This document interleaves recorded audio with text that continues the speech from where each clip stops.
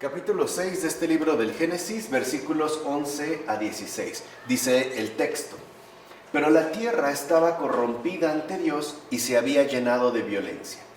Dios miró la tierra y aquí que estaba corrompida, porque todo mortal sobre la tierra llevaba una conducta depravada. Dijo Dios a Noé: He decidido poner fin a todo mortal, porque a causa de ellos la tierra se ha llenado de violencia. Por eso voy a exterminarlos de la tierra. Hazte un arca de madera de ciprés. Harás en el arca diversos compartimentos y la embadurnarás con brea por dentro y por fuera. Así has de fabricarla. El arca tendrá 300 codos de largo, 50 codos de ancho y 30 codos de alto. Abrirás unos tragaluces a un codo del techo. Colocarás la puerta del arca en su costado y harás 3 pisos. ¿No? Lo que se menciona en este pasaje famoso del arca de Noé, ¿no? De esta referencia al arca.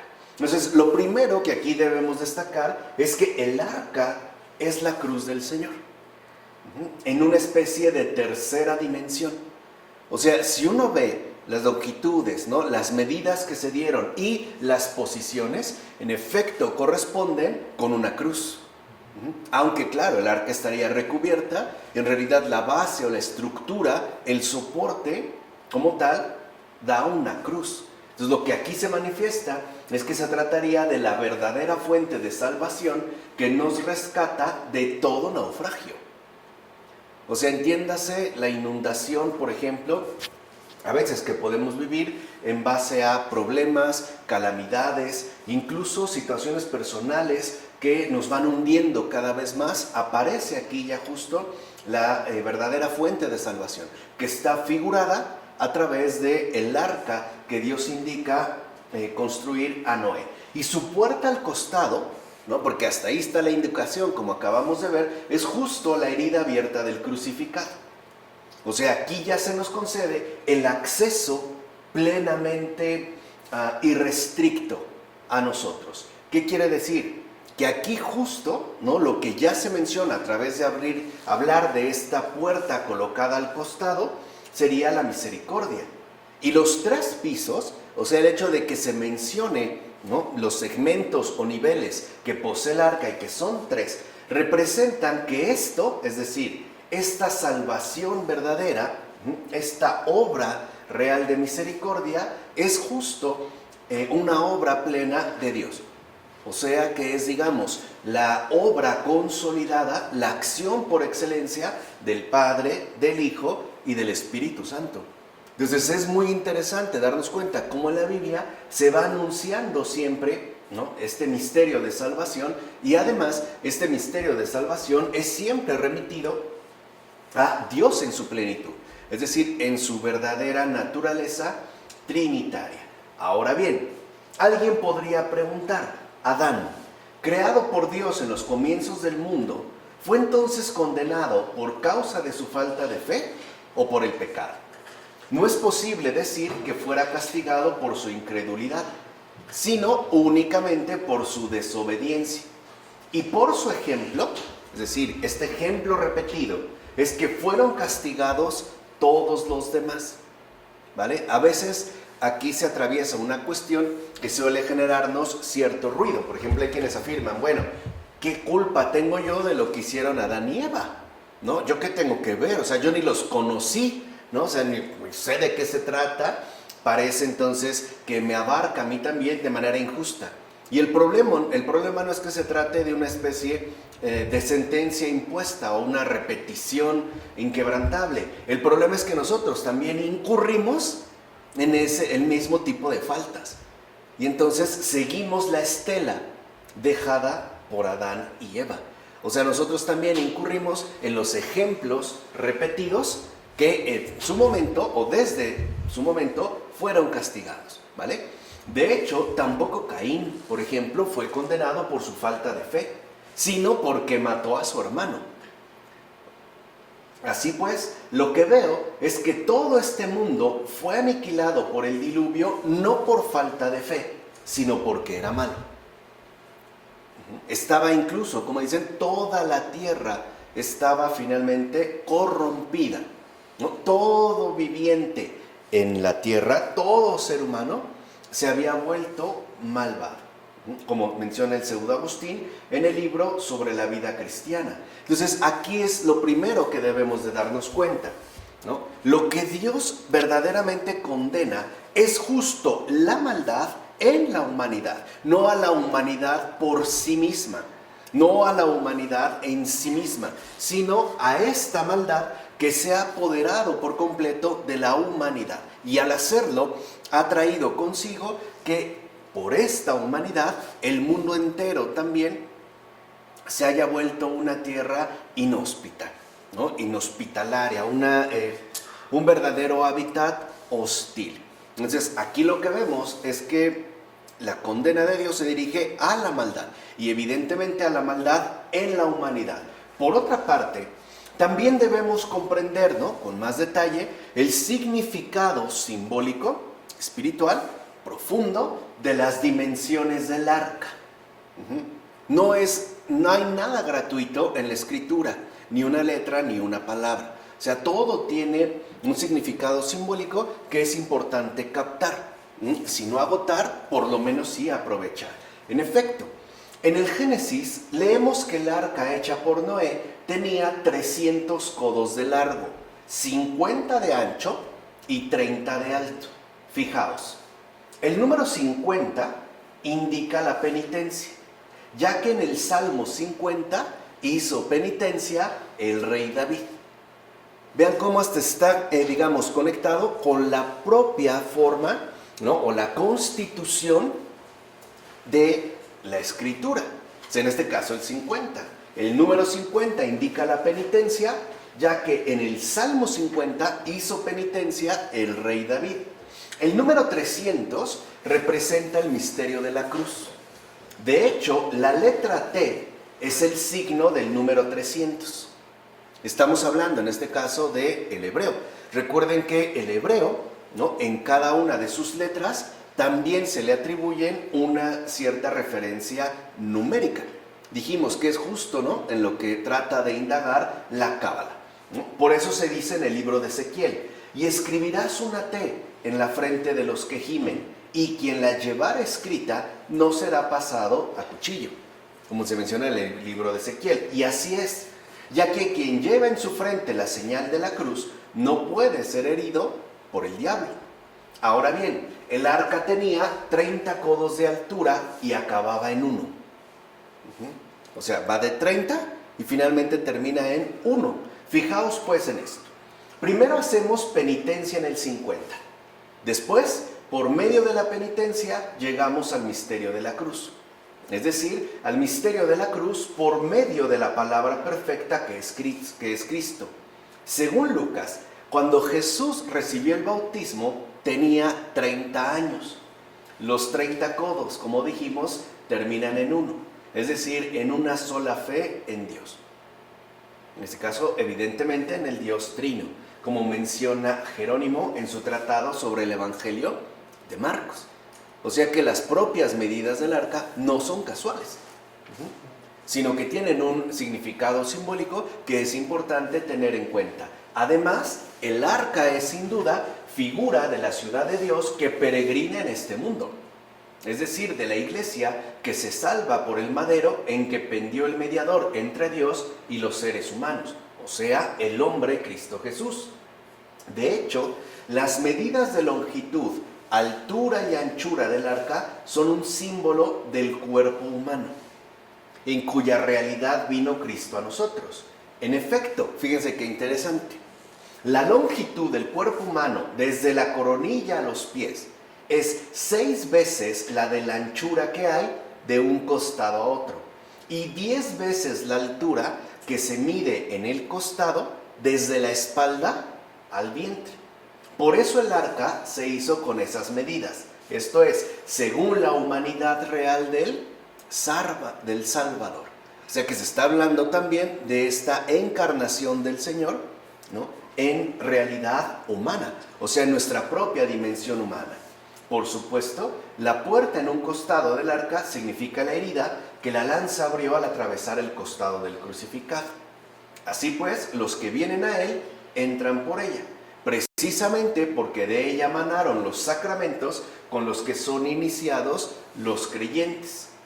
Ahora bien, el mandar construir el arca de maderos cuadrados significa la vida plenamente estable de los santos, ya que el cuadrado, en cualquier parte que lo vuelvas, siempre permanece estable. Dicho en una palabra, todas las cosas que se hacen notar en la estructura del arca son signos de las realidades futuras de la iglesia, como menciona Agustín en La ciudad de Dios. ¿Se dan cuenta cómo incluso esta indicación tiene un peso importante? En tanto nos remite precisamente a el misterio de la salvación, que como ya sabemos es inseparable de la encarnación del Señor y de la obra divina, ¿no?, que por excelencia se ha llevado a cabo. Así es como nosotros pasamos a este capítulo 6, versículos 17 a 22.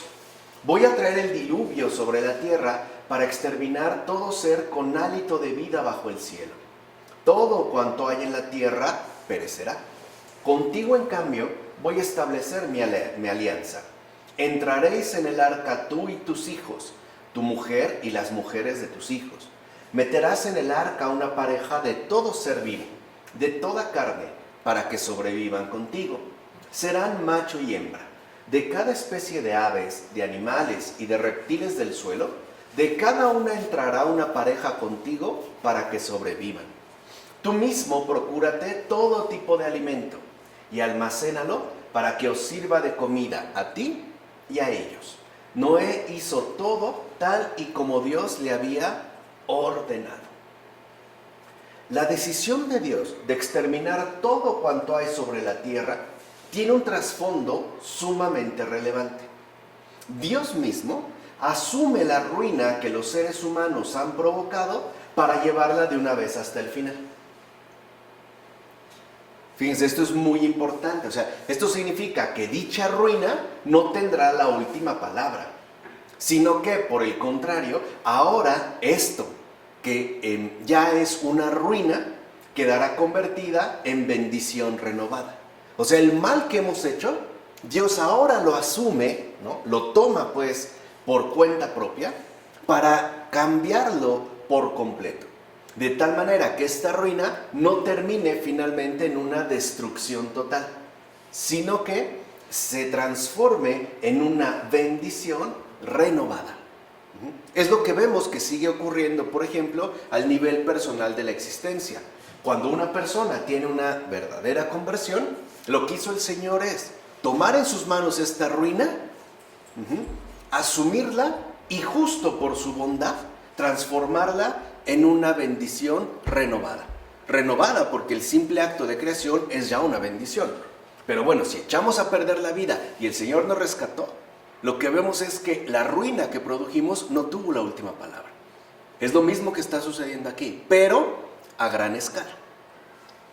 Aquí sí podemos hablar de a una escala planetaria, a una verdadera escala mundial. Es lo que hace el Señor. Si Él no interviene, ahora sí, todo se va directamente al carajo. Tal cual. Y Él no lo permite, justo porque nos ama. Interviene pues, y entonces no deja que la ruina provocada por nuestra respectiva maldad tenga la última palabra, sino que Él ahora la toma y tiene la capacidad de transformarla en bendición renovada. En efecto, lo único que hace Dios es llevar hasta el final la destrucción que los seres humanos ya habían comenzado. Ok, ya le empezaste, entonces mejor vamos a llevarlo, ¿no? Ya, a su culminación, pero bajo mi soberanía, no bajo tu respectivo proceder. Entonces lo que podemos ver es que Dios toma lo malo para convertirlo incluso en algo bueno. Y por tanto, la destrucción no será ni lo único ni lo definitivo.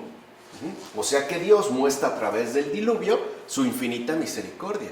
Y aquí hay algo para meditar profundamente. A veces nos cuestiona demasiado el por qué hay tanto mal en este mundo. Por eso, porque lo importante no es que haya tanto mal, es que existe un Dios que lo toma incluso, ¿no? Lo toma por las riendas y lo convierte en una bendición renovada. Por eso, o sea, porque lo principal, en pocas palabras, no es el mal, es esta bondad invencible. ¿Entienden? Entonces lo que vemos, pues, es que Dios mismo aquí tomará la iniciativa para asumir esta situación que se está dando y llevarla a su verdadera culminación, es decir, a una verdadera renovación según su infinita misericordia. En todo caso, lo que sí quedará destruido es esa maldad extendida en toda la creación para poder empezar de nuevo. Es como se hace necesario, pues, quitar todo aquello que se ha echado a perder para volver a empezar de nuevo. De hecho, la alianza de Dios con Noé, la primera, que como tal, es decir, que en términos de alianza aparece en la Biblia, subraya de modo especial la iniciativa divina.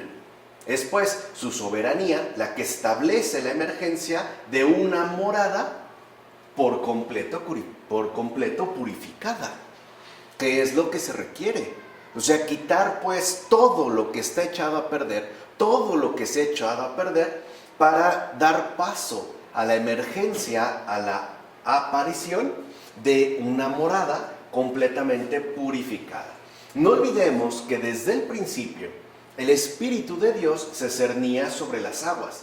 Es pues la misma Escritura la que testifica desde el inicio que el agua es un elemento purificador. Por eso en los tiempos de Noé, Dios sumergió el pecado del mundo en el agua, como menciona Juan Damasceno en su exposición de la fe, y tiene toda la razón. Hoy incluso en estos tiempos, ¿no?, de coronavirus, de SARS-CoV, ¿no?, 2-19, vemos como el agua sigue ejerciendo su respectiva función purificadora. Por eso se nos invita a estarnos lavando las manos continuamente, ¿no? O sea, estarnos lavando las manos de manera continua. Entonces, ¿qué es lo que hace el Señor? Sumerge todo el pecado, ¿no?, que se ha extendido en el mundo en esta agua purificadora. O sea, es pues un gesto de su obra divina. Ahora, aquí entendemos algo importante. Solo para Dios y solamente para Él, destruir no es perecer, sino purificar y bendecir. O sea, solo para Dios destruir es renovar. Entiéndase por ello, purificar y bendecir. Cuando el Señor, con su gracia, por ejemplo, destruye en nosotros, ¿no?, nuestra inclinación severa al pecado y nos concede una conversión, lo que hace con esta destrucción es purificarnos y bendecirnos, es decir, renovarnos, o sea, concedernos una vida nueva. Ahora bien, algo queda claro: todas las cosas mundanas mueren, pero el justo es el único que permanece para siempre. Y entiéndase, ¿no? Así pues, solo el justo, justicia en el Antiguo Testamento significa santidad, es aquel que a pesar de tanta maldad en el mundo, no naufraga. De hecho, solo el justo es el heredero de la gracia divina, es decir, el poseedor de la herencia celestial, la vida. Y recuerden lo que ya también la Escritura nos había comentado unos versículos atrás. El que ejerce las virtudes como tales, ¿no?, en situaciones normales, es admirable. Pero el que ejerce las virtudes en situaciones que incluso parecen hacerlas imposibles, es sorprendente. O sea, dicho de una manera más simple, ser buenos en tiempos tranquilos es fácil. Seguir siendo buenos en tiempos realmente difíciles es bien complicado. Eso es algo que solo manifestaría, como aquí se menciona, ¿no?, en el lenguaje del Antiguo Testamento, el justo. Y por eso al justo se le concede conservar e incluso, ¿no?, mantener la herencia celestial, es decir, la vida. Con esto ya podemos pasar, bajo este esquema, al capítulo 7 de los versículos 1 a 5. El Señor dijo a Noé: entra en el arca, tú y toda tu casa, porque he visto que eres el único justo ante mí en esta generación. O sea, el único que se ha mantenido bueno entre tantos malos. De todos los animales puros tomarás 7 parejas, macho y hembra, y de los animales impuros una pareja, macho y hembra. También de las aves del cielo 7 parejas, macho y hembra, para que sobreviva su descendencia sobre toda la faz de la tierra. Porque dentro de 7 días yo haré que llueva sobre la tierra durante 40 días y 40 noches. Y exterminaré de la faz de la tierra todos los seres que hice. Noé hizo todo tal y como el Señor le había ordenado. ¿Qué vemos en estos versículos y los anteriores? Un contraste directo con respecto a Adán.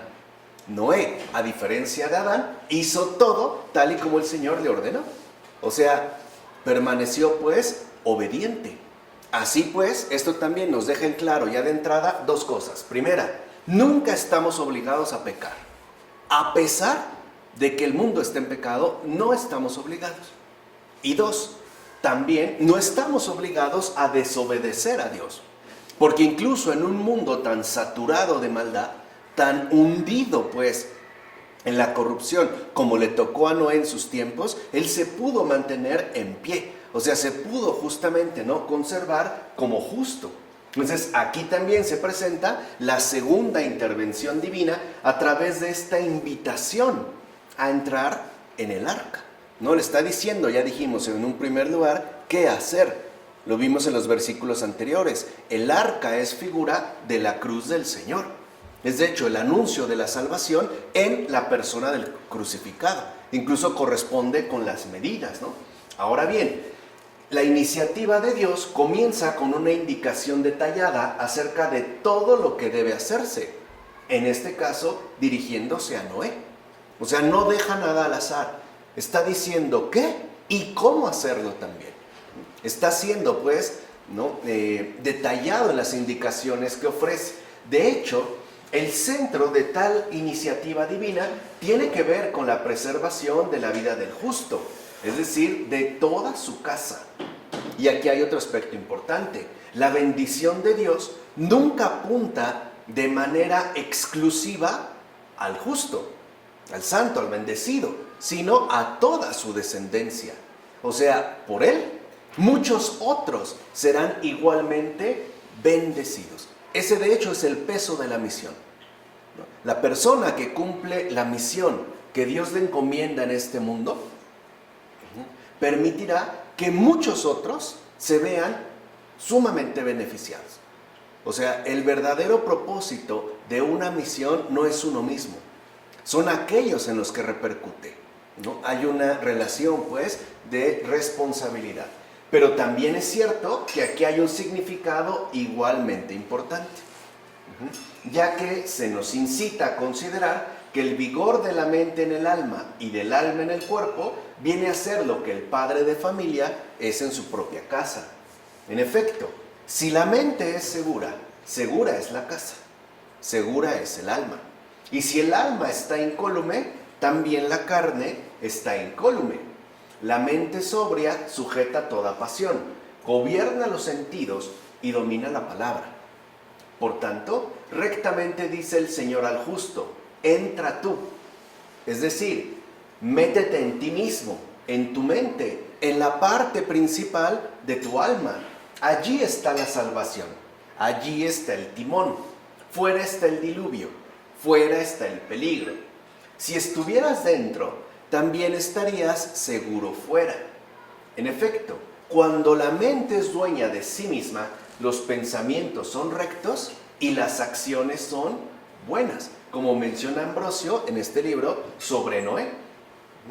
Veamos ahora el motivo de la orden de introducir en el arca 7 machos y 7 hembras de los animales puros y 2 machos y 2 hembras de los impuros para que se alimente la semilla por toda la tierra.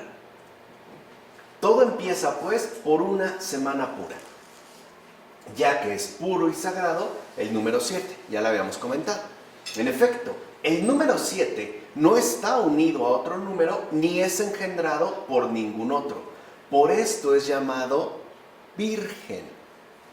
Por el contrario, el número 2 no es pleno, justo porque está dividido, macho y hembra. Así pues, lo que no es pleno hay que considerarlo vacío. Pleno es entonces el número 100. Y es además similar a aquel número primero, porque el alfa es semejante a aquel que existe desde siempre. De hecho, de él dimanan y son movidas todas las virtudes que se encuentran en cada especie, como menciona Ambrosio en este libro sobre Noé. Entonces, en síntesis, aquí, en estos versículos que estamos comentando, ya se vislumbra la verdadera generación virginal de la casa del justo, Jesucristo y su iglesia. O sea, aquí ya se está anunciando justamente esta generación virginal de la casa del justo. ¿Qué hay que entender entonces por la casa del justo? La propia persona de Jesucristo, nacido de esta llena de gracia, esta virgen, este 7 en su plenitud, y por ende también de su iglesia, porque de ahí es donde está emanando justo la descendencia del santo. De hecho, el santo de los santos, que es Jesucristo y su iglesia. Entonces la iglesia, en efecto, no es resultado de la unión de macho y hembra. O sea, con ello ya se está indicando que no es algo meramente natural, sino que es resultado de aquel que, nacido de la Virgen, existe desde siempre y por siempre. Ahí se refleja, pues, ¿no?, el significado simbólico que contiene esta referencia a las 7 parejas de machos y hembras. Ahora bien, reconozcamos entonces que aquel arca era figura de la iglesia y que es ahí donde se nos invita a entrar para ser puros. Por supuesto, fíjense, sin por ello rehusar que vengan a nosotros y con nosotros los animales impuros hasta el fin del diluvio. Ambos, puros e impuros, estaban juntos, pero no fueron ofrecidos juntos por Noé al Señor en el sacrificio agradable. De hecho, no abandonaron antes de tiempo el arca los animales puros en razón de los impuros. Y esto es muy importante, como menciona Agustín en sus cartas. Entonces lo que vemos es que esta figura bíblica anuncia que los impuros tienen que estar también en la iglesia. Los no santos, si quieren, los cuestionables, etc. Y esto por razón de misericordia, por tolerancia divina, no por corrupción de la doctrina o relajación de la disciplina. Cuando a veces nosotros, a lo mejor, también somos ejemplos de estos impuros. Lo podemos ver en sacerdotes que no realizan bien su función, o en laicos que no dan buen testimonio, o en religiosos que andan como desvariando, etcétera, etcétera, etcétera. Ahí están los impuros, pero tienen que ir juntos. Y esto es por misericordia. En realidad, lo que no convenía era que los animales impuros entraran en cualquier parte. Esto sí no. Por ejemplo, desbaratando la estructura del arca, pues esta tiene que permanecer intacta. Por eso todos entran por la única y misma puerta hecha por el artífice, como menciona Agustín en La Fe y las Obras. O sea que, de entrada, nosotros también tenemos que ejercitar la caridad de manera ininterrumpida. Y no tenemos, digamos, la capacidad suficiente para poder establecer una línea tan tajante entre los puros y los impuros. O sea, no tenemos pues esta lucidez plena de juicio, sino que tenemos que ir unos juntos a otros, dentro de esta misma arca. Ya sea, dijimos, por misericordia, o ya sea también por un ejercicio de caridad. Por último, démonos cuenta que a través de la construcción del arca, ¿no?, que se indica por Dios, asimismo se concedió tiempo para el arrepentimiento a los demás seres humanos. Lamentablemente, estos no temieron ni se arrepintieron, cosa que también ya había ocurrido en una ocasión anterior. Lo vimos ya en el Génesis. En efecto, incluso después de que Noé y toda carne subieran al arca, Dios alargó 7 días el viento amenazante. No 7 minutos, no 7 segundos, 7 días. O sea, les dio el tiempo suficiente, ¿no?, un tiempo de gracia pleno para que se arrepintieran y entraran. Y la puerta del arca quedó incluso abierta para todos ellos. Lo curioso era que los leones no recordaran su anterior entorno, ni ningún otro género de animal se enfrentara a su rival. Sin embargo, los hijos de esa generación, aun viendo lo que pasaba tanto fuera como dentro del arca, recuerden, la puerta está abierta, no renunciaron a sus malvadas acciones, como menciona Efrén de Nisibi en su comentario sobre el Génesis. Entonces, con esto aprendemos que Dios nunca nos toma por sorpresa en sus justos procederes, ya que por el contrario, siempre nos da tiempo y avisos para el arrepentimiento y la conversión. Siempre.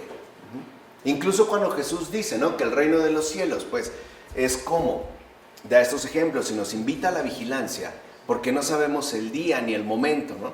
El Señor llegará como un ladrón. Esto ya es una advertencia, ya es una referencia, o sea, nos está diciendo que estemos atentos, ¿no? Nos da, pues, también este espacio, ¿no?, y este tiempo que necesitamos para el arrepentimiento y la conversión. Por eso aquí ya vemos en esta secuencia lo que se va a comentar en este capítulo 7 de los versículos 6 a 9. Noé tenía 600 años cuando cayó el diluvio sobre la tierra. Noé, por causa de las aguas del diluvio, entró en el arca, y con él sus hijos, su mujer y las mujeres de sus hijos. De los animales puros y de los impuros, de las aves y de todo lo que repta sobre la tierra, entraron con Noé en el arca por parejas, macho y hembra, como Dios había ordenado a Noé. Veamos. Noé prefigura a Cristo, y la madera del arca expresa la cruz que nos lleva a la salvación entre tantos peligros. Por eso les decía, el problema no es que haya tantos peligros. La cuestión es que siempre contamos con esta salvación que nos pone a salvo de estas amenazas, por muy graves que sean. En efecto, Cristo estaba prefigurado en Noé, lo mismo que el arca figuraba el universo entero. Todos los animales estaban encerrados en el arca, precisamente porque eran significación de todas las naciones, como menciona Agustín en su tratado sobre el Evangelio de Juan.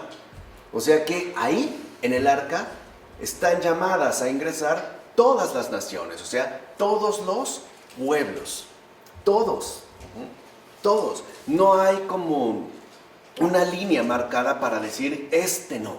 Y aquí lo que se refleja también es esta plenitud, digamos, de ingreso, es decir, esta universalidad del arca, o sea, la catolicidad. Se está hablando pues de la Iglesia Católica, bajo estos referentes. La salvación de Cristo es en efecto universal, es decir, católica. Y por eso, de ahí, lleva su nombre la Iglesia Católica. En tanto fuente de salvación para todas las naciones, de Él. No es que la Iglesia se esfuerce en alcanzar una universalidad forzosa, no. Es que es la descendencia de Cristo. Y por ende también es justo salvación del mundo entero. De hecho, como dijera San Agustín, solo escapan del diluvio los que entran en el arca. Solo ellos escapan del diluvio. Dijimos, la puerta está ¿qué? Abierta. Como menciona en este tratado sobre el Evangelio de Juan. Ahora bien, en el arca se encontraba Noé con sus hijos, por un lado, y su mujer con las mujeres de sus hijos, por el otro.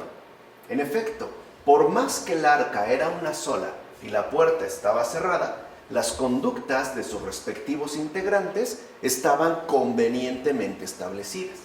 Así pues, aunque la iglesia esté cerrada y todos vosotros dentro, que las conductas no se desordenen. Dejemos pues que los negocios de este mundo vayan por separado. O sea, hay también un orden. Que los hombres estén con los hombres y las mujeres con las mujeres dentro de la iglesia. No vaya a ser que el principio de salvación se convierta en ocasión de perdición, como también ocurre, lamentablemente, de manera muy frecuente. O sea, el Señor nos concede una bendición y resulta que se transforma en ocasión de maldición. O sea, el Señor nos da un bien y terminamos haciendo de eso un gran mal. Dice, pues por más que la idea de sentarse los unos junto a los otros sea en verdad hermosa, conviene que las pasiones se mantengan alejadas, como menciona Cirilo de Jerusalén en las catequesis, ¿no? Las procatequesis. Entonces veamos, el orden al interior de la iglesia no es algo meramente arbitrario, sino que es sumamente realista, porque desde el principio se toma muy en serio, es más, yo me atrevería a decir extremadamente en serio, meticulosamente en serio, nuestra condición humana tal y como es. O sea, por eso se establece conveniencia en las conductas. Por eso hay monasterios masculinos y monasterios femeninos. Porque saben que al final también tenemos pasiones. Somos seres humanos, tenemos debilidades. No es por una mera ostentación de una suerte de pureza elevada. No es por eso.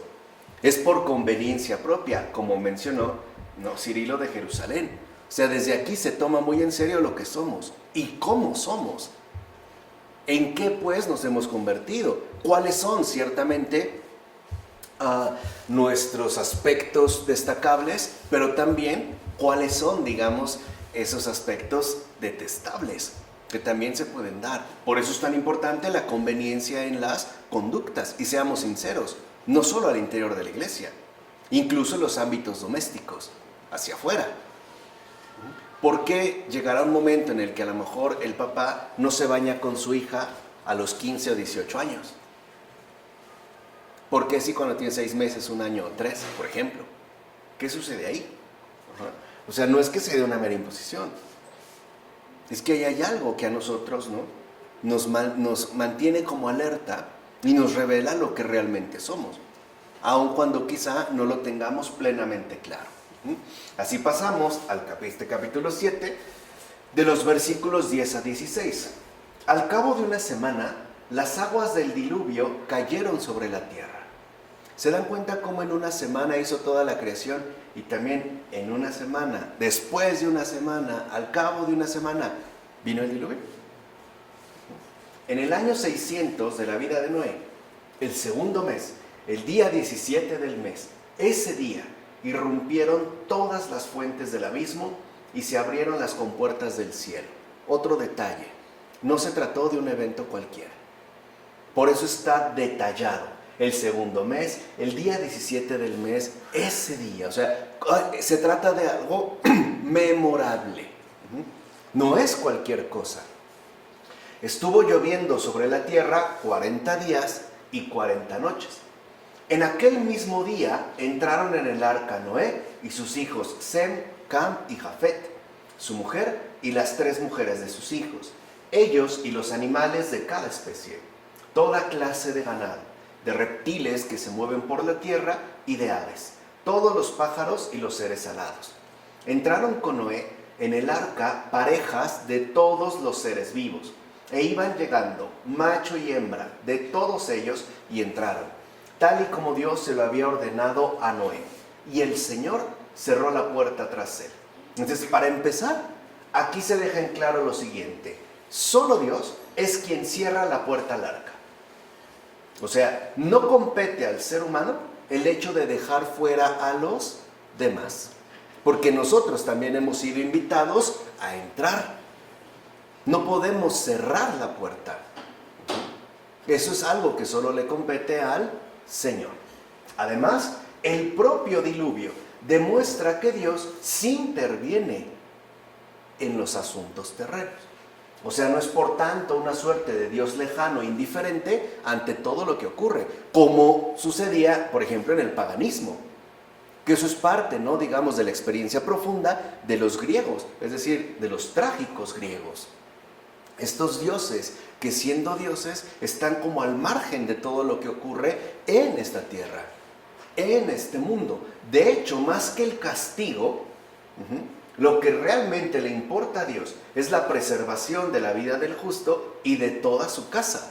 En eso es en lo que se pone detalle. No vimos hasta detalle en la construcción del arca. De hecho, su principal interés está en la salvación, siempre, no en la destrucción. Por eso cuando pensamos de que ya parece que llega el fin del mundo, lo estamos pensando mal, lo estamos pensando como un momento de destrucción. No realmente lo estamos contemplando como una ocasión de salvación. El único interés de Dios para nosotros es de salvación, no de destrucción. Ahora bien, en cuanto al hecho de prolongar el diluvio 40 días y 40 noches, ocurre también que con esto se manifiesta la amorosa clemencia de Dios. Efectivamente, por su gran bondad, quería que al menos algunos de ellos escaparan de la universal perdición. Es decir, al ver con sus propios ojos tanto la perdición de sus congéneres como la general destrucción que también les llegaría a ellos. En efecto, fíjense, era normal que el primer día quedase anegada, o sea, ya inundada, alguna parte visible de la tierra, y que el segundo día se añadiese alguna parte más. Y lo mismo en el tercer día y los siguientes, o sea, poco a poco. Por esa razón, Dios fue prolongando el diluvio hasta 40 días y 40 noches, que como sabemos es el tiempo bíblico de purificación. 40 días y 40 noches, como Jesús en el desierto.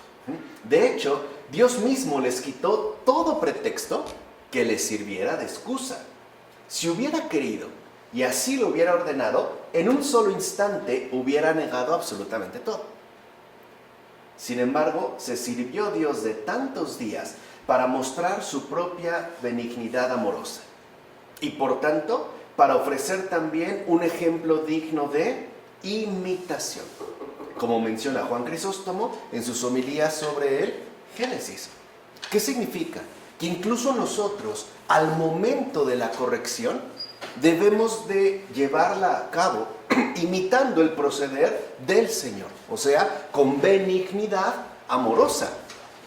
Nunca es como de tajo, porque si lo que realmente está de por medio y lo que verdaderamente importa es la salvación, hay que extender pues todos los recursos hasta el extremo, hasta el último momento. No podemos acortar este tiempo de benevolencia, ¿no? A ejemplo pues del Señor.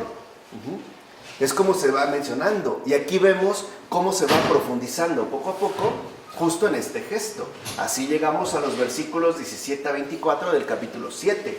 40 días duró el diluvio sobre la tierra.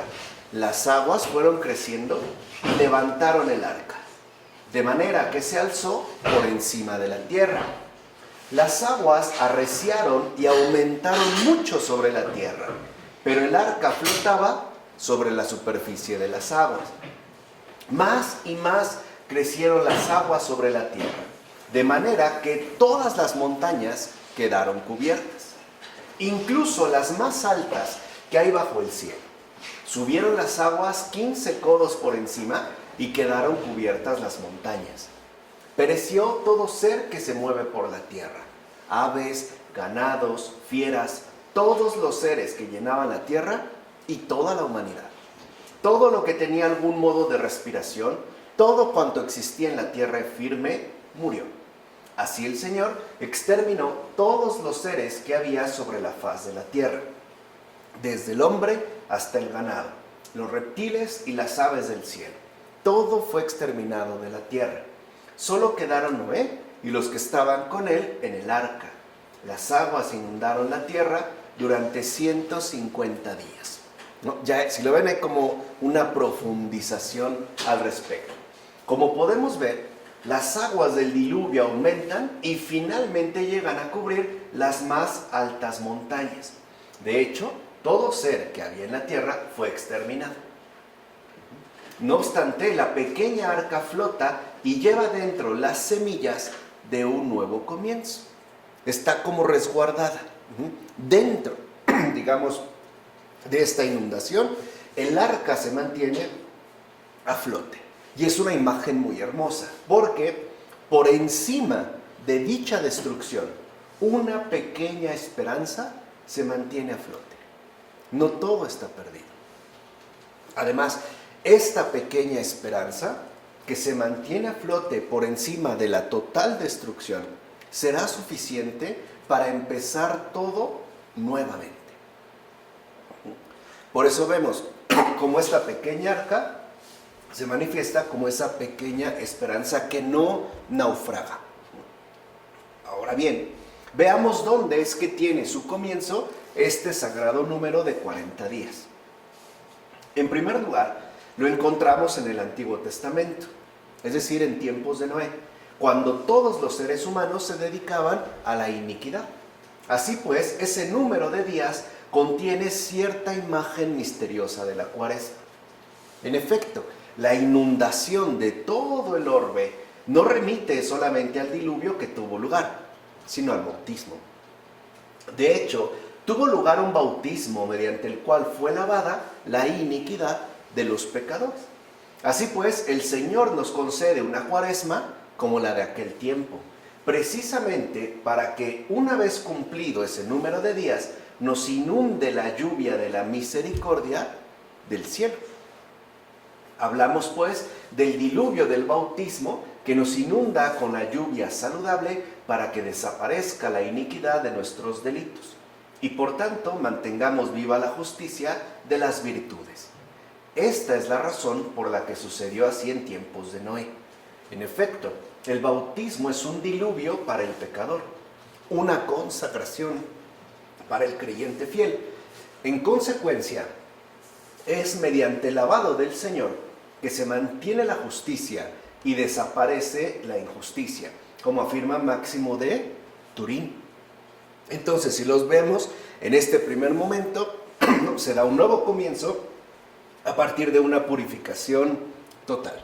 Pero para nosotros, esa lluvia que llega, ese diluvio, ya no es un agua de destrucción. Ya sabemos en qué sentido se aplica a Dios, sino un agua de renovación y de purificación. Ahora sí, para estar en condiciones de quedar plenamente inmersos dentro de esta bondad derramada, ¿no? Cierto es que todos, aves, ganados, reptiles, fieras y el resto de la humanidad perecieron, pero el justo se había salvado, él y todos los que le acompañaban en el arca, como menciona Juan Crisóstomo en sus homilías sobre el Génesis. Entonces podemos decir que solo la cima del cielo es la única que quedó sin cubrir por el diluvio. Porque como dijeron, también fueron cubiertas las ¿qué? Las montañas. Veamos, esta cima, en primer lugar, es la oración. O sea que aquí también se nos da una figura de cómo quedar a salvo de la catástrofe. ¿Qué es lo único que no alcanza la inundación? La oración, ya que es ahí donde habita el espíritu de vida. Y en segundo lugar, esta cima es la práctica ininterrumpida de todas las virtudes, o sea, vida del alma. Y en esto consiste precisamente la verdadera vida del creyente o discípulo del Señor.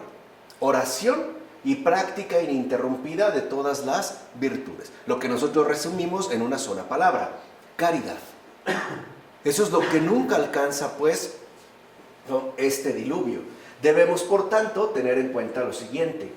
Cuando la Escritura dice que todo lo que tiene espíritu de vida y todo lo que estaba sobre la tierra seca fue destruido con el diluvio, da a entender, según su estilo, que dicho espíritu de vida o alma viviente se refiere a los animales, es decir, al sentido corporal. En efecto, aquí la Escritura en griego no dijo neuma, sino noen, como menciona Agustín en La Ciudad de Dios. Y este matiz es muy importante, ya que se hace referencia a todo aquello que no guarda relación con la dimensión espiritual. O sea, la verdadera dimensión espiritual, lo que nosotros llamaríamos como tal espíritu, es el neuma. Pero aquí la Escritura, ¿no?, me voy a regresar, como dice Agustín, cuando habla de espíritu de vida, o que también puede traducirse por alma viviente, no está hablando del neuma, sino del noen. Y este matiz es fundamental porque quiere decir que lo que se extinguió es todo aquello que no guardaba ya ninguna relación con la dimensión espiritual, sino con la dimensión bestial, con la maldad, aun cuando estuviera animado. Está hablando de perversión, de corrupción, de depravación humana. de su corrupción moral extrema. De hecho, como consta por las Escrituras que fue inundada toda la tierra y el agua se elevó 15 codos por encima de todos los montes, es evidente que no habla de la tierra, sino del pueblo que obedece a Dios, a quien de antemano también había preparado descanso en Jerusalén, como se demuestra por los mismos símbolos que se dan en el diluvio. Quiero decir que por el agua, la fe y el madero huirán del futuro juicio de Dios los que hacen penitencia de sus pecados, como afirma Justino Mártir en su diálogo contra Trifón.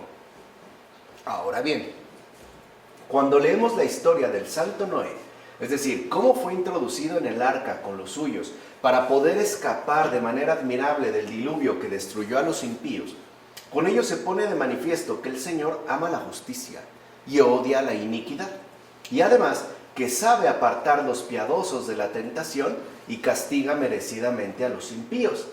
Así pues, mediante una comprensión espiritual, se descubre que este pasaje está lleno de misterios sagrados. Por ejemplo, que el arca parece significar la Iglesia Católica, como también lo menciona en la primera carta del apóstol Pedro.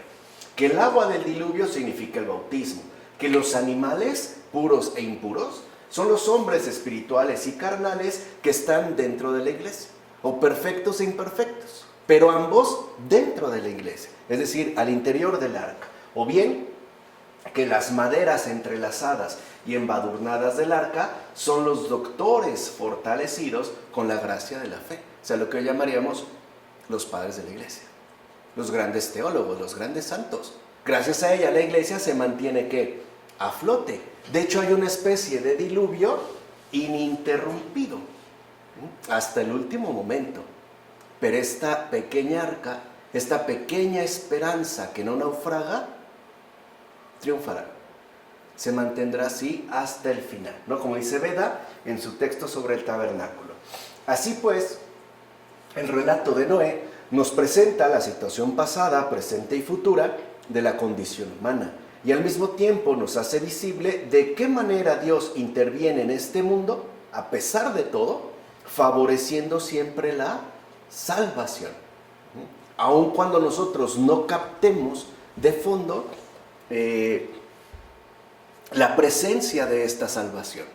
Pero ese es, digamos, el único objetivo que Dios tiene presente al momento de intervenir en este mundo a favor nuestro. Y siempre, repito, a nuestro favor. Así pues, vamos ya a iniciar el capítulo 8, en los versículos 1 a 5.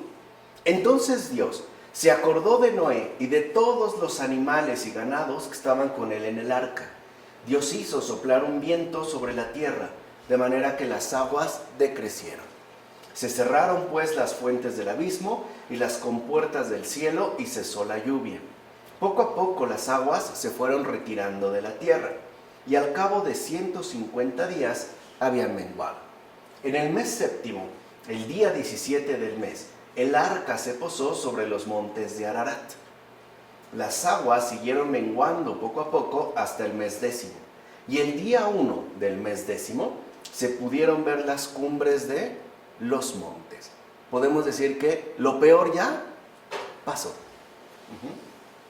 Y de entrada, esto nos trae a la memoria ese otro momento en el que Dios se acordó de su alianza con Abraham, Isaac y Jacob.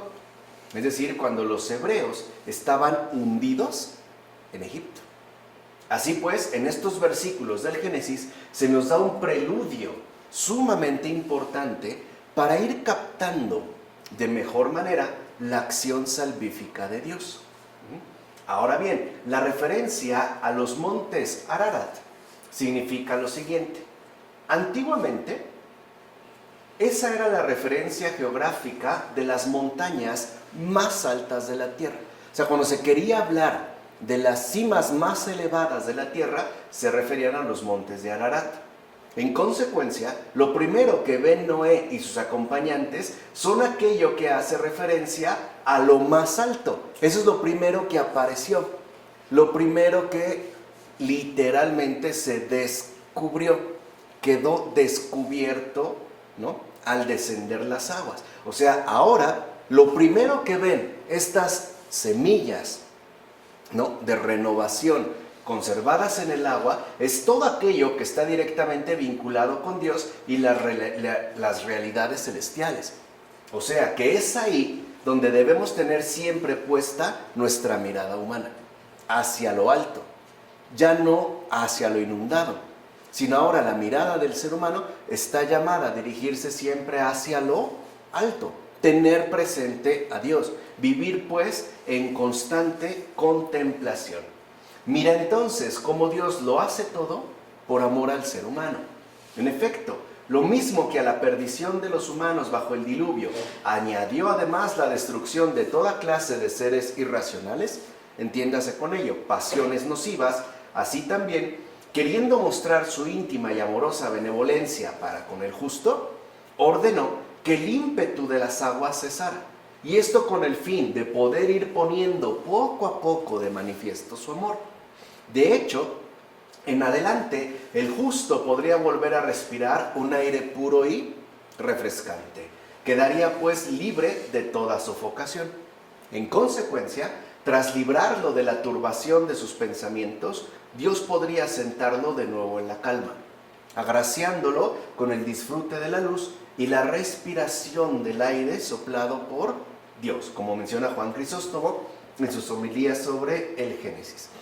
Vemos aquí dos cosas. Número uno, lo que hace secar las aguas es este soplo enviado por Dios. Pero el objetivo no es secar las aguas, es dar un nuevo aliento de vida a estos que están llamados a servir como base o simiente de toda la repoblación del mundo.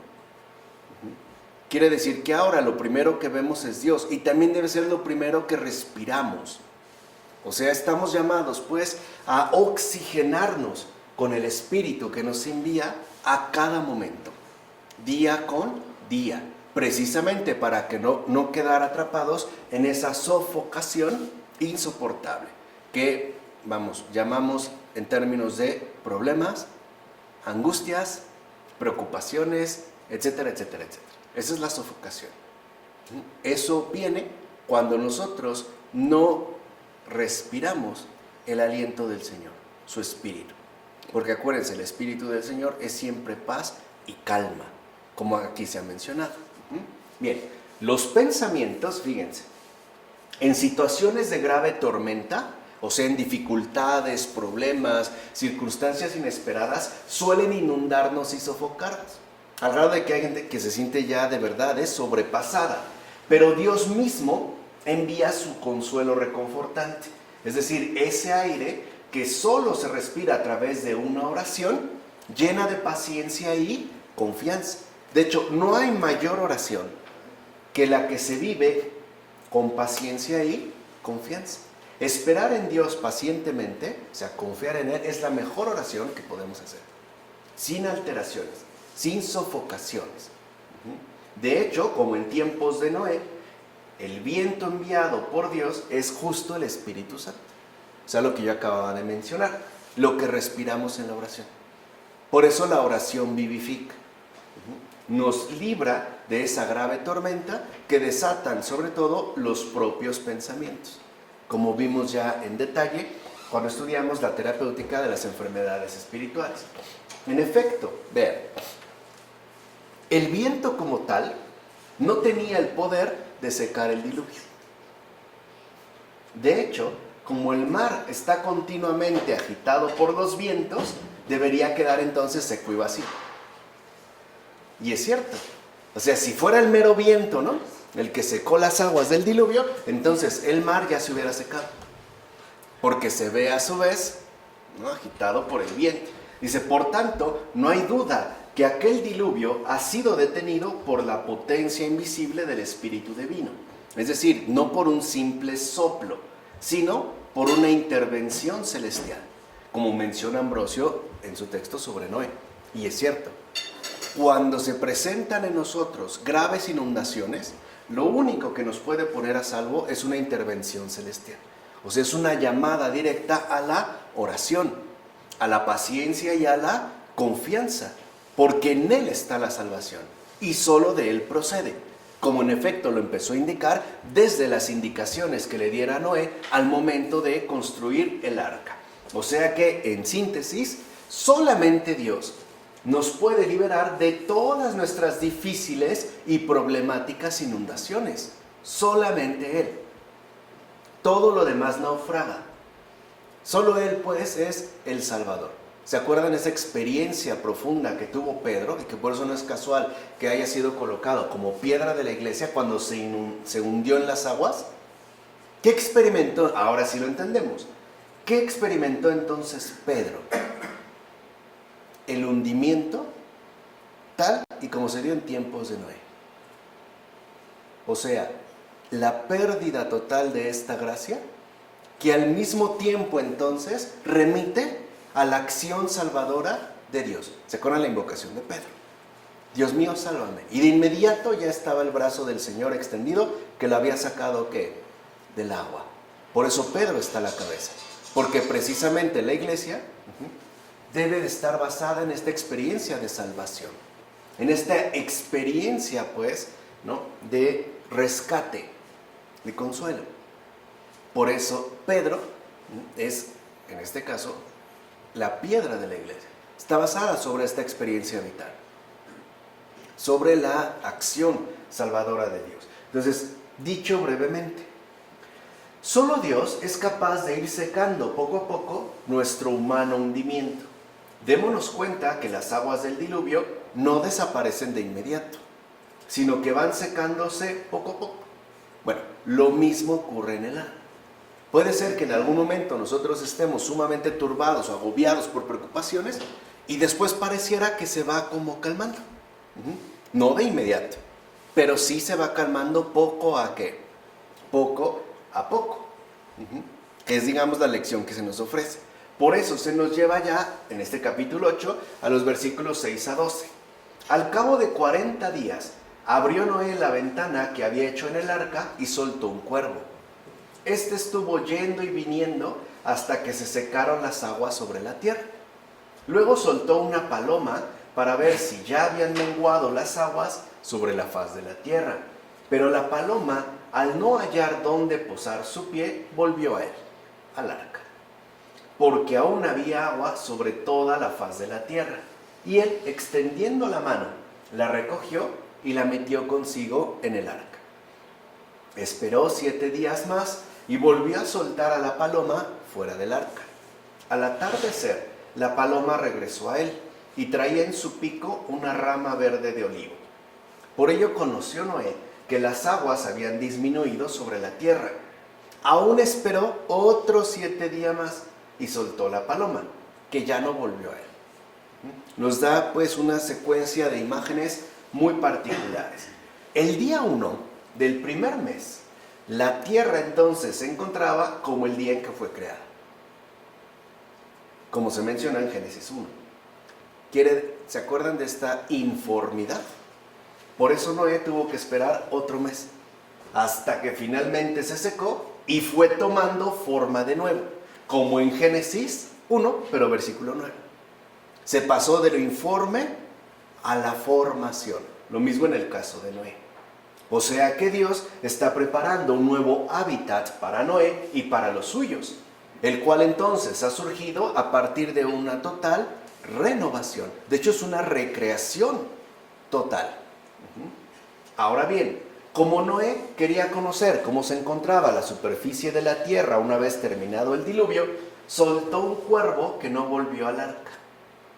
Con esto se quiere significar que aunque estemos purificados con el agua del bautismo, hay que procurar de poner el negro vestido del hombre viejo con un modo de vivir más limpio, es decir, más liberado de los deseos del mundo. Por eso lo primero que se suelta es justo el cuervo, como menciona Beda en sus homilías sobre los evangelios. Fíjense, a diferencia de la paloma, que llevó en su pico un ramo de verde olivo al volver de nuevo el arca, el cuervo, preso de su glotonería, se quedó más bien entre horrendos cadáveres y ahí permaneció. Como menciona Prudencio en sus pinturas sobre historia sagrada. En efecto, por ser una ave impura, al toparse con cadáveres de humanos y animales, halló que eran alimento apropiado para él. Así que se posó sobre ellos y ya no volvió, como menciona Juan Crisóstomo. O sea, al ver pues toda la serie de cadáveres, ahí se sintió plenamente a gusto, lo cual ya nos daba una indicación importante. Por otra parte, la tardanza del cuervo tiene que ver con lo siguiente. Como no se sabe cuándo va a llegar la última hora, alguien dirá, ya me corrijo. ¿En serio? ¿Cuándo te corregirás? ¿Cuándo te convertirás? Y contestas, mañana. ¿Te has dado cuenta cuántas veces repites mañana, mañana? En latín, cras, cras, que es como el sonido del cuervo. Te has convertido en un retorcido. Mira pues lo que te digo. Cuando conviertes tu voz en retorcida, te sobrevendrá la ruina. En verdad, estás imitando a aquel cuervo que salió del arca y no volvió. Hermano, vuelve ya a la iglesia, el arca de la salvación, como dice Agustín en sus sermones. Y es verdad, muchos salen de la iglesia para irse, ¿no? Literalmente a revolcar entre cadáveres, entre inmundicias, como esta figura del cuervo. Salió del arca, pero no volvió. Prefirió quedarse entre 1001 impurezas, entre putrefacciones, entre la fetidez del mundo, la muerte pues, no entre cadáveres. Pues bien, la perpetua paz está representada en la rama de olivo que llevó la paloma al regresar al arca. En efecto, sabemos que el suave contacto de este aceite no se corrompe fácilmente por otro líquido extraño. Está hablando del aceite de la oliva. De hecho, el árbol de olivo es perenne y está siempre frondoso. O sea, se mantiene pues, ¿no?, firme, como menciona Agustín sobre la doctrina cristiana. Por cierto, la sinagoga no tiene este aceite. Se está hablando del judaísmo, ¿no? Precisamente porque no tiene la oliva. La sinagoga no entendió el significado de aquella paloma que llevó un ramo de olivo después del diluvio. Aquella paloma fue la que más tarde a sí mismo descendió, es decir, cuando Cristo fue bautizado y permaneció sobre él, como atestiga Juan en el Evangelio, como menciona Ambrosio en sus cartas. Así pues, la rama de olivo con hojas verdes simboliza la gracia del Espíritu Santo, la cual sobreabunda con palabras de vida y de cuya plenitud que descansa en Cristo, dice el Salmo: Dios te ha ungido, tu Dios, con óleo de alegría más que a tus compañeros. Cita el Salmo 44. Sobre este regalo concedido a los compañeros de Cristo, Juan dice: vosotros habéis recibido la unción del Santo y sabéis todas las cosas. Citando la primera carta del presbítero Juan. Mira pues con qué ejemplo más hermoso el símbolo se adecua a la realidad. En efecto, así como la paloma material llevó una rama de olivo al arca, que había sido salvada del diluvio, así el Espíritu Santo, en forma de paloma, descendió sobre el Señor cuando fue bautizado en las aguas del Jordán. Así pues, también nosotros, miembros de Cristo y de la Iglesia, somos prefigurados no solo por las personas que había en el arca, sino también por los animales que allí se encontraban, incluso por la misma manera con que el arca fue construida, una vez que hemos recibido el bautismo del agua que nos regenera. Hemos sido en efecto signados mediante la unción del Santo Crisma, es decir, por la gracia del Espíritu Santo. Que el Señor se digne mantener inmaculada esta gracia en nosotros, como menciona Beda en sus homilías sobre los evangelios. O sea que cuando la paloma regresa con una rama de olivo en el pico, lo que está simbolizando es la unción sacramental que nos ha sido concedida. Nosotros también ya hemos recibido esta unción, este aceite de salvación. Y que además remite a un árbol perenne, o sea, quiere decir que no muere como tal, se mantiene, y que está siempre frondoso. Es la unción de la vida, es justo el aceite de la vida. Ahora bien, también se dice que la paloma es el mismo Cristo, porque es ligera, suave y sencilla. De hecho, Él ordena a sus santos que sean como palomas, cuando les dice: sed sencillos como palomas. No está citando Mateo. Así pues, puesto que Cristo es la paloma, el profeta dice de Cristo mismo que después de la pasión volvió al cielo. ¿Quién me dará entonces alas como de paloma para volar y descansar? Cuando Cristo el Señor dio comienzo a los sacramentos de la Iglesia, descendió como una paloma. Entiende pues el misterio y reconoce el sacramento. Es entonces la misma paloma la que ahora viene a la Iglesia de Cristo en el bautismo, es decir, aquella que en otro tiempo se acercó al arca de Noé. En aquel entonces, esta paloma anunció seguridad mediante un ramo de olivo. Eso significó para Noé que ya había tierra firme. Y ahora confiere eternidad con una señal de la divinidad. O sea, para Noé eso daba la seguridad de la tierra, pero a su vez esto implicaba la seguridad del cielo también, la eternidad. En este simple gesto de la paloma, vean qué diferencia con el cuervo. Ahí literalmente, ¿no? Comiéndose o tragándose desperdicios y putrefacciones. En aquel entonces ofreció con su boca un signo de paz, la llevaba en el pico, y ahora vierte la paz misma que es Cristo, como afirma Máximo de Turín en sus sermones. Por último, tengamos en cuenta lo siguiente: por lo regular, los malvados no sufren castigo corporal por parte de los poderes de este mundo, ni padecen vejaciones por parte de los ciudadanos. En cambio, el corazón de los buenos no goza de miramiento alguno, sino hasta el final de este mundo, por causa de la mala conducta de los seres humanos. De hecho, hasta que no pase el diluvio, los que desean vivir plenamente con Cristo han de sufrir persecuciones y vejaciones. Estos han de permanecer resguardados en el arca que asimismo encierra al cuervo y a la paloma, como menciona Agustín en sus cartas. Creo que es una imagen muy importante de tener en cuenta. Aquí estas vejaciones son inevitables, pero si nos mantenemos al interior del arca, podremos sobrepasar esta terrible inundación. Pero acuérdense que también en el arca no solo hay palomas, también hay cuervos. No solo hay puros, también hay impuros. Todos vamos, si lo quieren ver así, en el mismo barco. Los impuros ayudan a los puros. Los puros claro, ayudan a los impuros. Por eso es que debemos estar todos ahí, todos dentro, para ejercitar la paciencia, la caridad, promover la conversión. Y finalmente esa es, digamos, la gran escuela de salvación. ¿Dónde más si no es en la iglesia? Bueno, en nombre del Padre, del Hijo, del Espíritu Santo. Amén.